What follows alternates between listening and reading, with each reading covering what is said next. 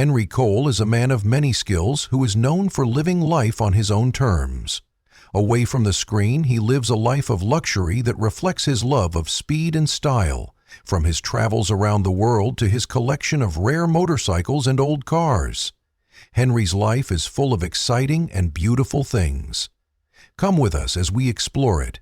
As of 2025, Henry Cole's net worth is thought to be around $3 million, but first, let's look at how he made his money. After graduating from the prestigious Eaton College, Henry, like many other graduates, went into the job market in search of opportunities. He began his career as a cameraman, working for networks like ITV and TF1.org. After a while, he moved on to directing rockumentaries for heavy rock bands and then moved on to TV commercials and films. Once he felt comfortable in the industry, Henry started working on a variety of projects, from music videos to ink. He soon started making his own movies after learning a lot from ads. His most famous movie was Mad Dogs and Englishmen, which starred Elizabeth Hurley. Tom Howe and other stars was a financial disaster. Now, don't get this wrong. The movie didn't fail because Henry and the company were bad. It failed because of his rookie mistakes. He got into debt, but a good deal with Playboy TV UK let him make a successful documentary series that almost paid off his debt. After getting back on his feet, Henry pitched the head of Channel 5 the idea of Stars and Cars. Henry added a clause that he should be the show's host, which made everyone worry. Channel 5 liked the show, but not Henry hosting it.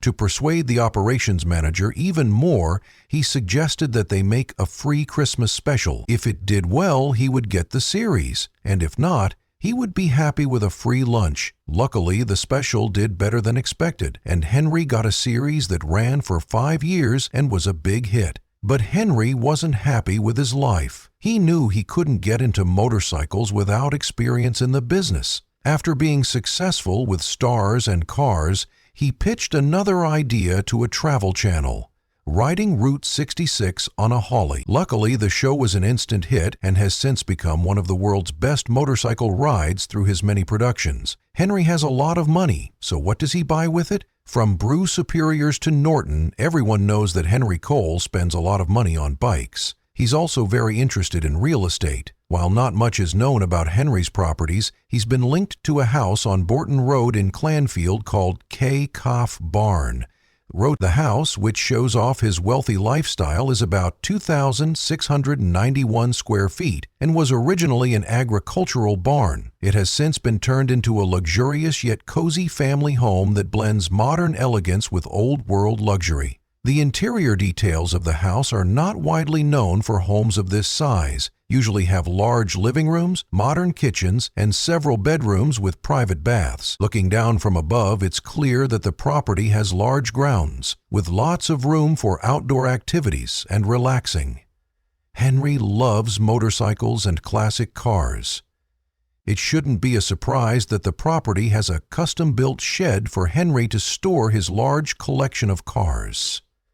Tucked away in a quiet Suenne, the property offers a peaceful country retreat that fits with Henry's love of nature. Just for fun, in addition to being Henry's home, Calra Barn has also been his place of business. The property has been listed as the official address for his businesses, which suggests that some of his TV productions may have been made there. However, some reports say that Henry has since moved from Calra Barn to another home about 1.5 m west of the original property, but information about his new home away from his real estate is not available to the public. Henry Cole also likes four-wheelers. It may come as a surprise that Henry likes old cars, but they're not as much fun as his love for bikes. The Willys G is one of many classic cars he has in his garage. It is a famous WI-era automobile, but, unlike his custom bikes, he didn't build it from scratch. According to an episode of his show Shed and Buried, Henry got it from a collector in Cornwall. The Jeep is known for being tough and having historical value, but Henry wouldn't have thought about buying one if it wasn't a versatile vehicle. You see, Henry likes to ride and drive his collection instead of storing them underground and letting them rust. He also didn't just buy the Jeep because it was tough. Its design played a role in his decision. The Jeep's body is light and its four-wheel drive system is strong, so it can easily get through rough terrain. It has a 2.2L four-cylinder Go Devil engine that makes about 60 horsepower. This might seem too slow in today's world, but it was more than enough during the war on his TV show. Henry often talks about how important it is to keep old cars like Willie's Jeeps around. He thinks that these cars are more than just machines. They're living pieces of history that connect people to the past. Because he loves keeping automotive history alive, he also owns a full HSCC race-spec Ford Model A. Chevy. As a smart businessman, you know it's one thing to work for money and another to make your money work for you. You own a Camaro SS, a Buick, several Land Rovers, a Range Rover, and old tractors. Henry fully knows this philosophy, which is why he has spread out his investments.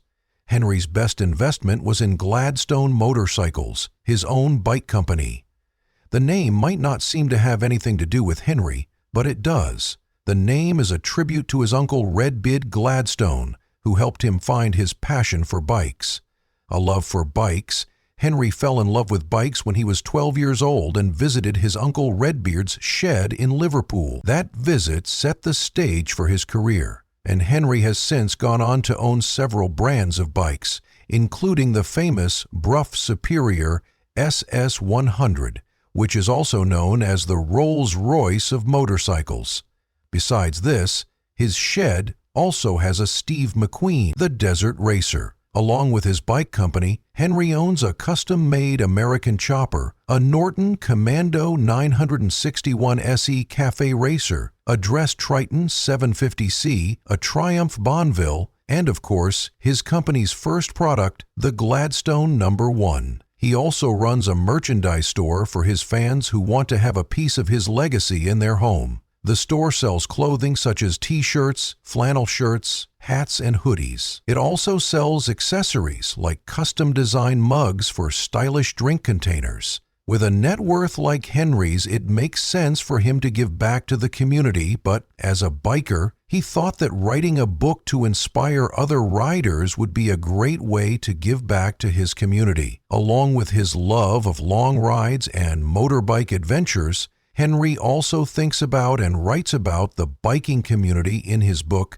Memoir: A Biker's Life, Misadventures on and Off Two Wheels. Henry gives an account of his life, including the good and bad things that happened to him. He wrote a memoir that speaks to millions of bikers around the world and reminds them of the freedom that their bikes give them. Caught the spirit of the biking community around the world, a group of people who love adventure and have similar interests. Henry's memoir, The Thrill of the Throttle and the Embrace of the Open Road, showed many bike fans that riding is more than just the bikes themselves. It's about being free, seeking new experiences, and enjoying every moment along the way.